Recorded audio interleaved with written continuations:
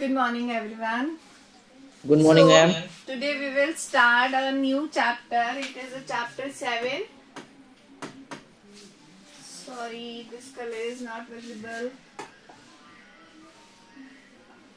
Oh.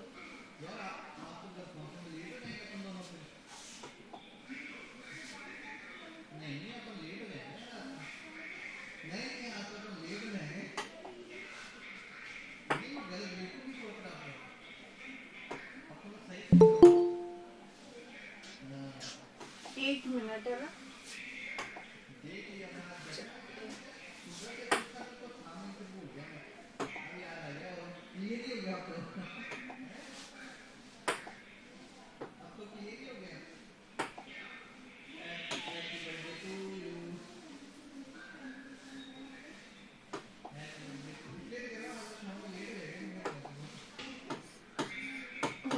Chapter 7, Diversity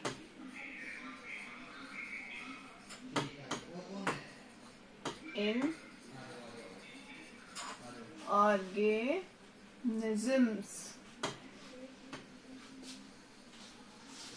Okay, so this is our new chapter. See, first of all we have to know what is diversity. Diversity क्या है?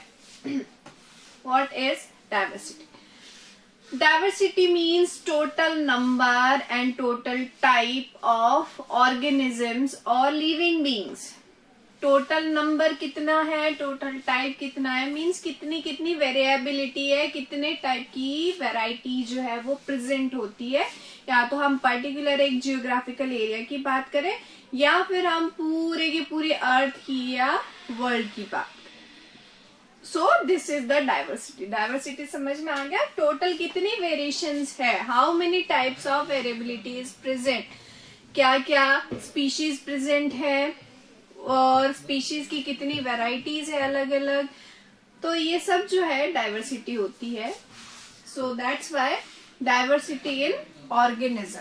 ठीक है, diversity in organism. अब देखो इसके अंदर हमें करना क्या है. डाइवर्सिटी इन ऑर्गेनिज्म के अंदर, चैप्टर के अंदर हम क्या पढ़ने वाले हैं, कंप्लीट ऑर्गेनिज्म की डाइवर्सिटी पढ़ेंगे. अब सबसे पहले तो ऑर्गेनिज्म हम जानते हैं there are two type of organism. कौन कौन से ऑर्गेनिज्म है ये? Plants and animals. Plants and animals. So there are two type of organism. Now ये तो हमें पता है, क्या बैक्टीरियाज नहीं होते, क्या वायरसेस नहीं होते, वो भी होते हैं. तो उनको तो हम सिंपली एक एक ग्रुप में पढ़ लेंगे. सबसे मेजर जो वास्ट कैटेगरीज है या डाइवर्सिटी जिनमें सबसे ज्यादा प्रेजेंट होती है, these are plants as well as animal. So first of all we will study animal kingdom.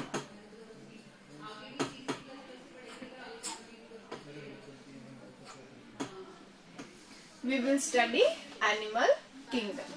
Now, a particular category in which we include all the same type of organism is known as kingdom. Is known as kingdom. इसमें क्या है, सारे के सारे all type of organism, सारे के सारे animals ही है. Plant include नहीं करेंगे हम. तो similarity क्या है, ये सब एक ही टाइप के animals ही है. ठीक है, तो उसे हमने कह दिया है किंगडम. अब ये जो हमारा एनिमल किंगडम है, एनिमल किंगडम को हमने क्या किया है, ब्रीफ में बता रही हूँ मैं आपको. दो कैटेगरी में या डिवीजन में डिवाइड किया. There are two type of division of kingdom animal. कौन से डिवीजन है ये? First is non chordata. First is non-chordata and second one is chordata. क्या है, अब ये थोड़ा सा अजीब सा लग रहा है. तो क्या होता है, देखो ये है एक एनिमल. सपोज करते मैंने एक एनिमल को ड्रॉ किया है, ऐसे लेटा हुआ है. अगर इसमें डॉर्सल सरफेस पे होलो ट्यूबुलर स्ट्रक्चर प्रेजेंट है जो क्या कर रहा है, इसकी बॉडी को सपोर्ट कर रहा है ना. अगर हमारे अंदर सपोज करो वर्टिबल कॉलम नहीं होती, if we don't have vertebral column, कैसे बिहेव करते हैं हम लोग, क्या हम इस तरीके से स्ट्रेट खड़े हो पाते खड़े? नो मैम, नो नहीं मैम। ना? No, ma'am. तो एक बॉडी को सपोर्ट मिल रहा है, आपका कंप्लीट स्ट्रक्चर बन रहा है।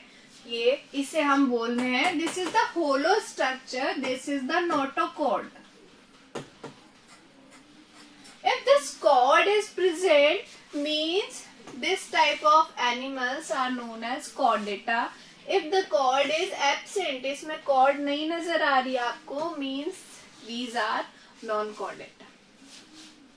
So now it is understood that chordates क्या है और non-chordates क्या है. समझ में आया आपको?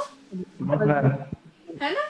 चलो, तो अब हम जो है, मैम हाँ मैम इनका एग्जांपल बता दो. अभी आ रहे हैं ना एग्जाम्पल पे. अभी तो मैंने आपको बेसिस बताया है कि how we are going to classify animal kingdom non chordate and chordate. किसके बेसिस पे क्लासिफाई किया? तो नोटोकॉर्ड के बेसिस पे. ठीक है, अब इसके एग्जाम्पल्स पे चलेंगे अपन. और वैसे एग्जाम्पल देख लो, कॉकरोच और हम लोग. कॉकरोच में कभी आपने देखी है क्या vertebral column? No ma'am. Notochord नहीं होती उनके अंदर, मीन्स वो नॉन कॉर्डेट है. कोई कैटरपिलर, नोटोकॉर्ड नहीं है उसके अंदर. फ्रॉग के अंदर नोटोकॉर्ड प्रेजेंट होता है. ठीक है, so now we will study the complete non chordata division. ये क्या है? These are division. अब देखो, जैसे जैसे हम डिसेंडिंग ऑर्डर में बढ़ेंगे ना, वैसे वैसे आपको डिसिमिलैरिटीज नजर आती रहेगी. अभी तो हमने क्या पढ़ा है? Animal group. हमने सिमिलैरिटी की सब एक जैसे, ऑल आर एनिमल्स. अब जैसे उसको थोड़ा सा और अंदर की तरफ स्टडी करने गए, अब हमें पता चला कि भाई यहाँ तो नॉन कॉर्डेट और कॉर्डेट का भी सीन है. तो फिर ग्रुपिंग हो गई. अब हम पर्टिकुलर एक को पढ़ रहे, नॉन कॉर्डेटा को, फिर और उसके अंदर गए तो अब फिर से अलग अलग ग्रुपिंग होना शुरू हो जाएगी. और अब ये जो ग्रुपिंग बनेगी, they are known as phylum. इन्हें हम क्या कहेंगे? फाइलम. तो फर्स्ट फाइलम आता है protozoa. Protozoa. Now what is protozoa? क्यों नाम रखा गया इसका प्रोटोजोआ? क्या है ये? प्रो मीन्स होता है सबसे फर्स्ट, सबसे पहला, और जोआ मीन्स होता है एनिमल. सबसे पहले जो एनिमल बने उनको हमने कह दिया दीज आर प्रोटोजोआ. ये क्या है? These are protozoa. Is it clear? Yes ma'am. Okay. Now we will study the examples of protozoa. Amoeba, Paramecium,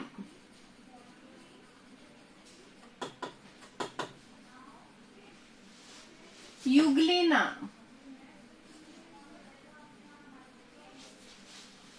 ठीक है. These are the protozoa. क्या कैरेक्टर है? हमने कहा कि अगर मैं अमीबा की बात करूं तो ये तो आपको एक सेल भी नहीं है, क्योंकि सेल की तो पर्टिकुलर शेप होती है. हमने पढ़ा है, वी हैड स्टडीड कि प्लांट सेल कैसी होती है, एनिमल सेल कैसी, पर्टिकुलर शेप पढ़ी. बट अमीबा तो शेपलेस है. क्यों? क्योंकि शायद जो शेप को डिफाइन करती है सेल मेम्ब्रेन या सेल वॉल इसके अंदर नहीं होती. हाँ, नहीं होती. तो किससे प्रोटेक्टेड रहता है? This is the pellicle.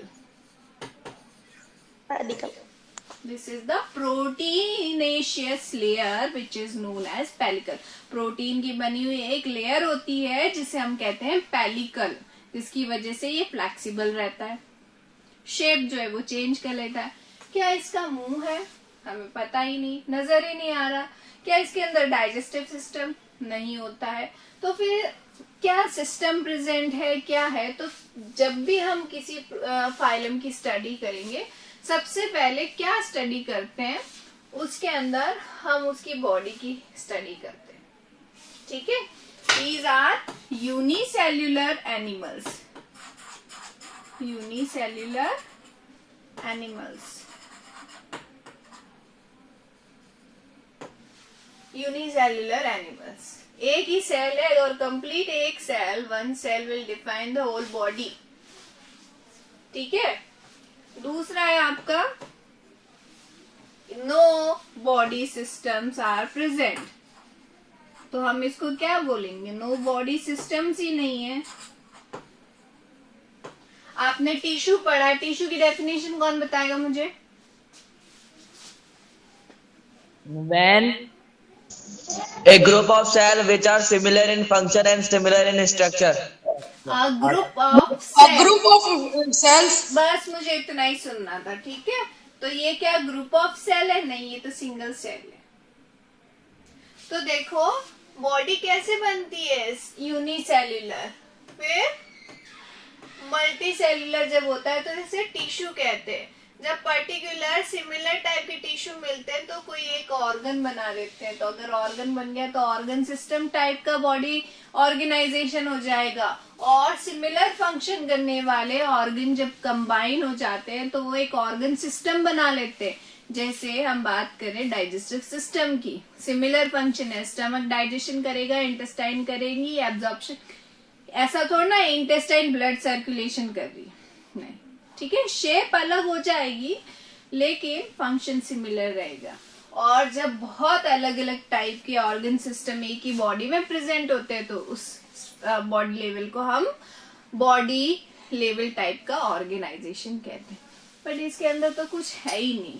तो ये जो हमने लिखा है ना नो बॉडी सिस्टम, इसका मतलब ये है कि body organisation is a cellular type, क्योंकि this is not the cellular structure. Cell पे तो सेल मेम्ब्रेन होती है, सेल वॉल होती है, बट इस पे तो कुछ है ही नहीं।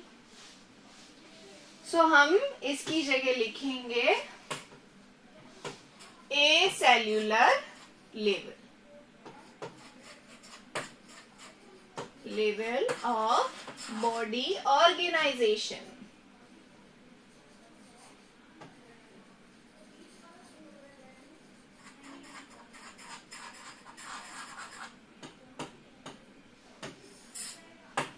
क्लियर? नाउ अभी खाना पीना कहाँ से खाता है? हम तो कह रहे सिस्टम ही नहीं है।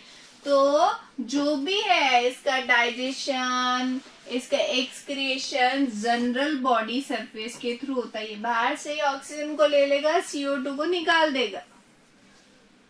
ये बाहर से किसी फूड को कैप्चर कर लेगा और डाइजेस्ट करके एक्सक्रिएट आउट कर देगा।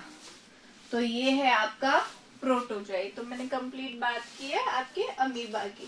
पैरामीशियम थोड़ा सा इससे डेवलप्ड होता है, इसमें आपको इस तरीके से कैविटी भी नजर आएंगी, इसके लोकोमोटरी ऑर्गन्स जो है वो भी प्रेजेंट मिलेंगे आपको।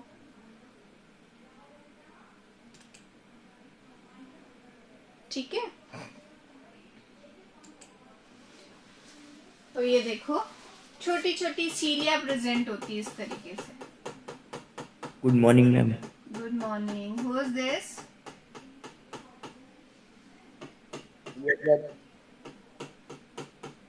Like this. ठीक है, but this is also unicellular. Euglena,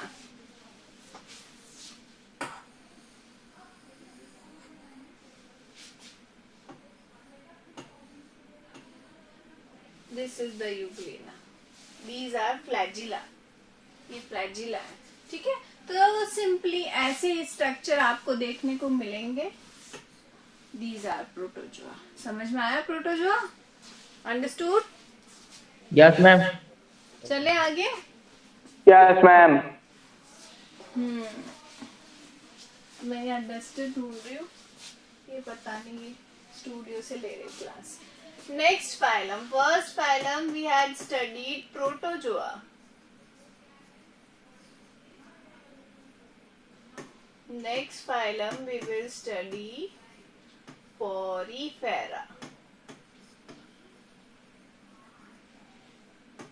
Yes, now what is Porifera? पोरी, पोर जैसा कुछ हमें साउंड सुनाई दे रहा है। और फेरा मीन्स होता है बियरर, जो पोर्स को गेन करती है। तो a body which bear pores एक ऐसी बॉडी जिसके अंदर पोर्स ही पोर्स प्रेजेंट है। जैसे आप कोई स्पंज का स्ट्रक्चर जब देखते हो तो आपको क्या पोर्स ही पोर्स नजर आते हैं ना। Yes ma'am. अच्छा, वो एक कार्टून का नाम भूल गई मैं, वो स्पंज बना हुआ रहता है, याद है किसी को? ऐसे यस मैम। ये बेल्ट वेल्ट पहना हुआ है, ये ऐसी उसकी आईज होती है, क्या नाम है यस उसका? मैम। है ना? तो पता है वो कार्टून क्यों बना है स्पंज वाला? पोरीफेरा की वजह से। मीन्स ऐसे कोई एनिमल होते हैं जिनके अंदर पोर स्पंज लाइक स्ट्रक्चर है वो, and the pore bearer body is known as Porifera, common name है sponges. So they are shapeless, कोई पर्टिकुलर इनकी शेप नहीं होती। एक्चुअली ये सबस्ट्रेटम का मतलब होता है नीचे वाला जो सरफेस, उससे ये अटैच्ड मिलते आपको इस तरीके से। And they are exclusively marine, ये समुद्र के अंदर ही मिलेंगे आपको, सी वाटर के अंदर ही। Very few exceptions are present in fresh water, जो आपको नदी तालाब में दिखाई देंगे, अदरवाइज मोस्टली आर मैराइन। अब ये देखो, ये पोर है, ये बॉडी पे पोर है ना? जिस किसी ने भी ये वाला कार्टून नहीं देखा ना, एक बार देखना जरूर, पोर पोर बना हुआ रहता है, मैं नाम भूल गई हूँ मैं उसका। मैम कितने बड़े होते हैं ये? स्पॉन्जेस इतने, एक मिनट, है ना?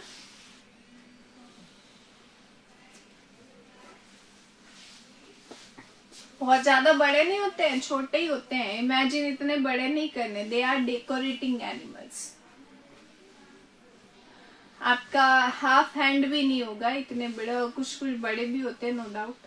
तो लेकिन ये अपनी जगह पे चिपके। तो जब हम डीप वाटर में जाते हैं ना, तब ये हमें मिलेंगे, अदरवाइज ये फ्री लिविंग ऐसे फ्लोट करते हुए नहीं मिलेंगे हमें। So these are porifera. अब इसके कैरेक्टर्स देखते हैं। भाई ये बॉडी तो हमें ऐसे टिश्यू जैसे नहीं लग रही है कि पर्टिकुलर कोई टिश्यू बना है। Body organisation cellular level type है। पोर्स प्रेजेंट है, एक मेन पोर है ना?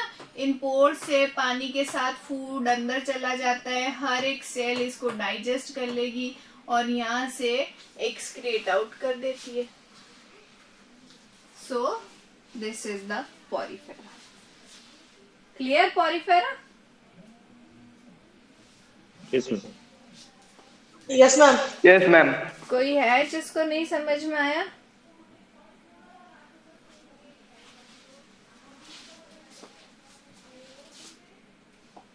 चलो,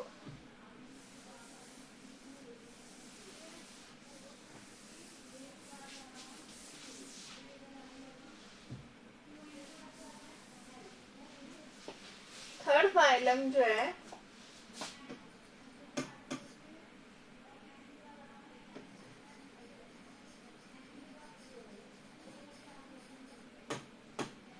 Coelenterata.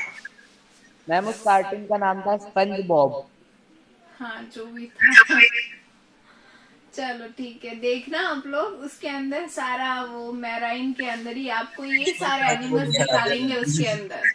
Yes ma'am, sponge Bob वाला मस्त है ना? सारे ये जो मैं अभी एनिमल्स पढ़ा रही हूँ ना, इसीलिए मुझे वो कार्टून याद आए। डिफरेंट डिफरेंट एनिमल्स आपको देखने को मिलेंगे। जिन्होंने नहीं पढ़ा ना, वो पहली बार तो ये सोचते ही कार्टून कैरिकेचर बनाए कैसे अजीब सा, but actually these are animals जो आपको अभी पढ़ा रहे हैं। सो थर्ड वन है सिलेंड्रेटा। सिलेंड्रेटा नाम क्यों रखा गया कि ये क्या होते हैं, एक होलो पाइप जैसा स्ट्रक्चर है, और ये जो कैविटी प्रेजेंट होती है बीच में, दिस इज नोन एज सिलेंड्रोम। Mute your mic, mute your mic.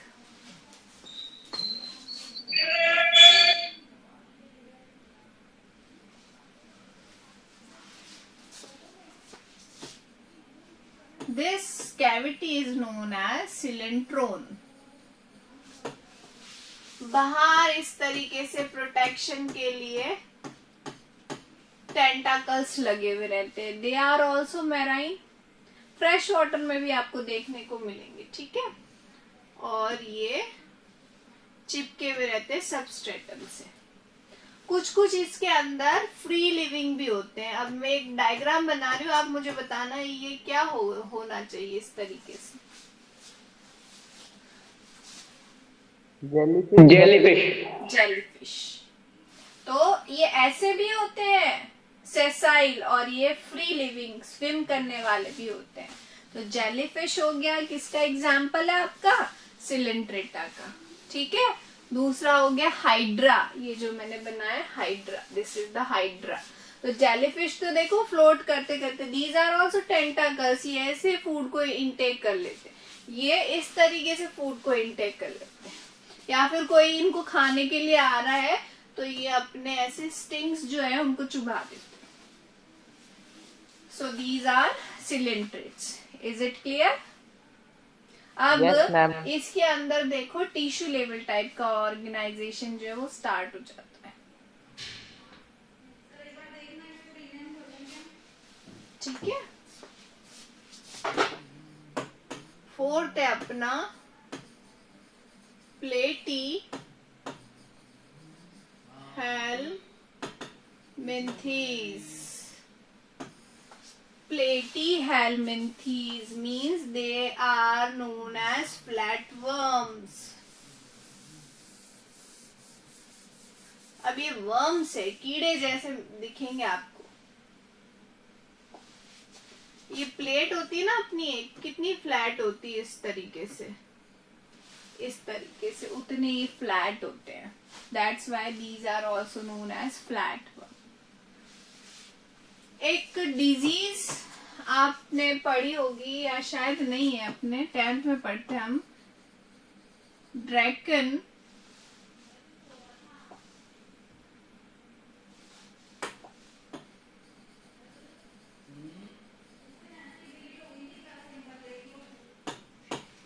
ड्रैकनक्यूलियसिस। ड्रैकनक्यूलियसिस, this is the disease. अब ये किससे होती है, एक वर्म होता है प्लेटीहेलमिन्थीज का, ड्रैकेनक्यूलस मेडियंसिस। ड्रैकेनक्यूलस मेडियंसिस, वो वर्म देखो इस तरीके से होता है। थोड़ा सा आपको फ्लैट फ्लैट बना के बताऊंगी मैं।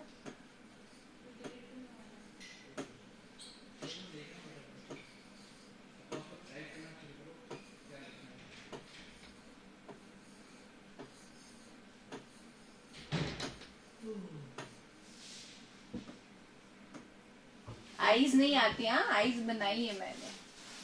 तो इस टाइप का एक वर्म होता है जो हमें बीमारी दे देता है। कहाँ प्रेजेंट होता है ये, कंटामिनेटेड पल्यूटेड वाटर के अंदर। तो गांव के अंदर क्या रहता है, पल्यूटेड वाटर ही रहता है, पॉन्ड वगैरह से। पहले टाइम में ये डिजीज मैम कौन सी डिजीज देता है? ड्रैकेनक्यूलियसिस,